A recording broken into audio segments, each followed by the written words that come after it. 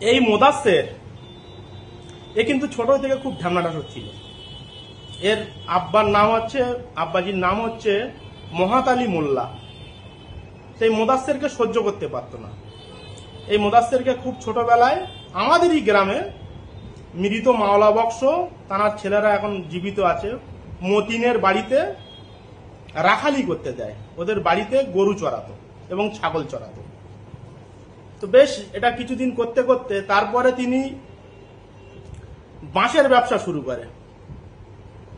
বাঁশের ব্যবসাটা করতো লাভাডিতে, সাথে একটা সেলুনের দোকানেও কাজ করতো, হোটেলেও কাজ করতো।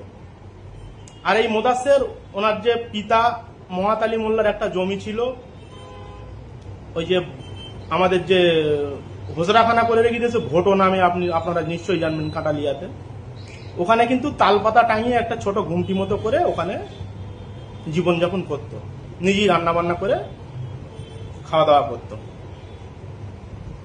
তাই মোদাসের এর একটা নেশা লেগেছিল যে বাড়ির পাশেই একটা প্রধান ছিল, নুর ইসলাম প্রধান, সিপিএম এর, যে আমি একটু রাজনীতির নেতা হব।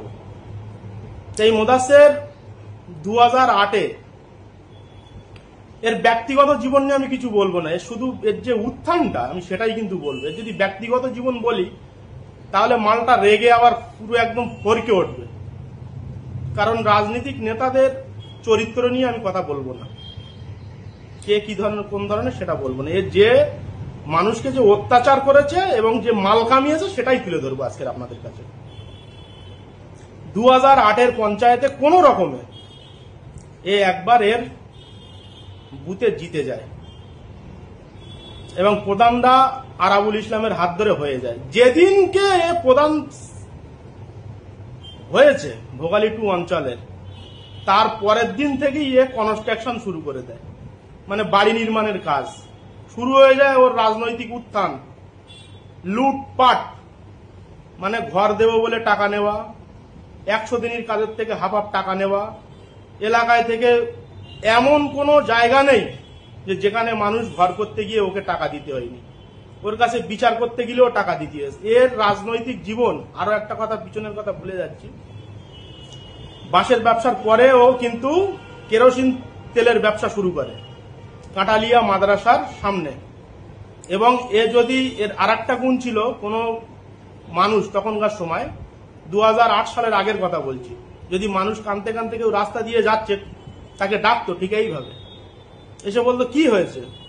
তো সে যখন তার অভিযোগটা বলতো তখন তাকে বলতো যে 1 লিটার সরিষার তেল নিয়ে আসবি, 100 গ্রাম জিরে, 100 গ্রাম মরিচ। এইভাবে সাধারণ যারা ভিখারি তাদের থেকেও ও রাজনীতিতে আসার আগে ও কিন্তু কালেকশন করতো, নিয়ে বলতো যে আমি এই মিথ্যে মিথ্যে তেলে ফু দিয়ে দিচ্ছি, তোর শরীর সুস্থ হয়ে যাবে, তোর স্বামী তোকে মেনে নেবে। এর রাজনীতির আগে এই ধরনের একটাও বিজনেস ছিল।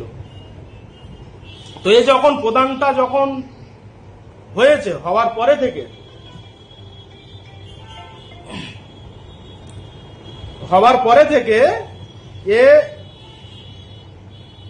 তখন থেকে এর কিন্তু কোন দিনের জন্য এর রাজমিস্ত্রি কাজ করা কিন্তু বন্ধ হয়নি।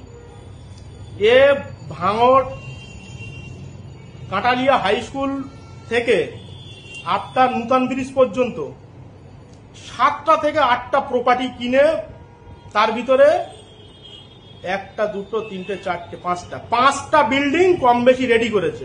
5টা বিল্ডিং খুব কম করে হলে 5 থেকে 6 কোটি টাকা মূল্য। আর এখনো 3টে ভ্যাকেন্ট ল্যান্ড এর পড়ে আছে, এবং কত টাকা যে এর কাছে ক্যাশ আছে তা ঠিক নেই। এ কিন্তু সব গরিবের মেরে খাওয়া টাকা। ওই এমনই এক ধরনের লিডার, ওর কাছে ট্রেড লাইসেন্স কাটতে গেলেও 10,000 টাকা পর্যন্ত নিয়েছে, মানে কাউকে কোনো এতে ও ছাড়েনি। এর আরো একটা কথা বলি, আমাদের গ্রামে আমার যে নিজের খালাতো ভাই মহিউদ্দিন মার্ডার, এই মহিউদ্দিন মার্ডারের সঙ্গেও কিন্তু এর একটা হাত আছে। 2008-এর পরে যখন 2013-র আগে 2012-য় কিন্তু মহিউদ্দিন মোল্লা, আপনারা নিশ্চয়ই জানেন, মার্ডার হয়ে গিয়েছিল। সেই মহিউদ্দিন মোল্লাকে হালদার পাড়ার 5টা ছেলে দিয়ে, আপনারা জানেন নজরুল, খুদেকচি, তোয়েব, সঞ্জীব, আর একজন আছে কি ওর নামটা ভুলে যাচ্ছি, এদেরকে দিয়ে নৃশংসভাবে খুন করিয়েছিল এই মোদাসের মোল্লা। এবং আজকের তৃণমূল দলটা যদি ক্ষতি করে থাকতে হয় ভাঙড়ে, আরাবুল ইসলামের তোলা এবং এই মোদাসের কুকীর্তি, এদের জন্য তৃণমূল দলে আজও ক্ষতি হচ্ছে। আজও সেই মোদাসের মোল্লাকে, যে একটা আকাট, যে একটা গন্ডমূর্খু, তাকে স্টেজে তুলে বিভিন্ন রকম ভাবে ভাষণ দেওয়ানো হচ্ছে। আমরা যেখানেই যাই আমাদের লজ্জায় মাথা হ্যাট হয়ে যায়। জিজ্ঞাসা করে যে ভাঙড়ে সেই মোদাসের বাড়ির ধারে কি আপনাদের বাড়ি? তখন বাধ্য হয়ে বলতে হয় যে হ্যাঁ, ওদের বাড়ির ধারেই বাড়ি। মানুষ, গোটা পশ্চিমবাংলার মানুষ মানে দুচ্ছাই করে যে ও কি ভাষা। তাহলে সেই ধরনের মানুষ যতদিন তৃণমূল রাজনীতি করবে, আলটিমেটলি তাতে অনেক ক্ষতি হচ্ছে, আমাদের দলের বদনাম হচ্ছে। এটা ওই গ্রামে আরো অনেক ছেলেরা, ইয়াং ছেলে, যারা কলেজ করে বসে আছে, যারা রাজনীতির প্রকৃত যোগ্য ব্যক্তি, তাদেরকে প্রশ্রয় দেওয়া হোক, আগামী দিনে তাদেরকে সামনে নিয়ে আসবো।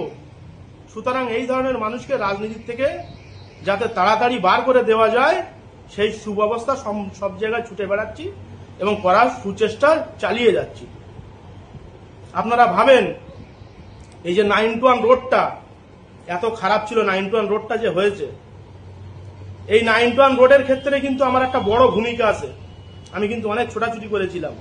এই 9-1 রোডটা যে স্যাংশন হয়েছিল, এখানে কিন্তু 150 কোন একজন প্রভাবশালী তৃণমূল নেতা, আমি নাম ধরে বললাম না, আপনারা নিশ্চয়ই বুঝতে পারবেন, সেই গাজীপুরের দিকে বাড়ি, বড় তাবড় নেতা, ভাঙড়ের বেতাজ বাদশা নামে পরিচিত, 150 বাইক চেয়েছিল কন্ট্রাক্টরের কাছে, বুলেট বাইক।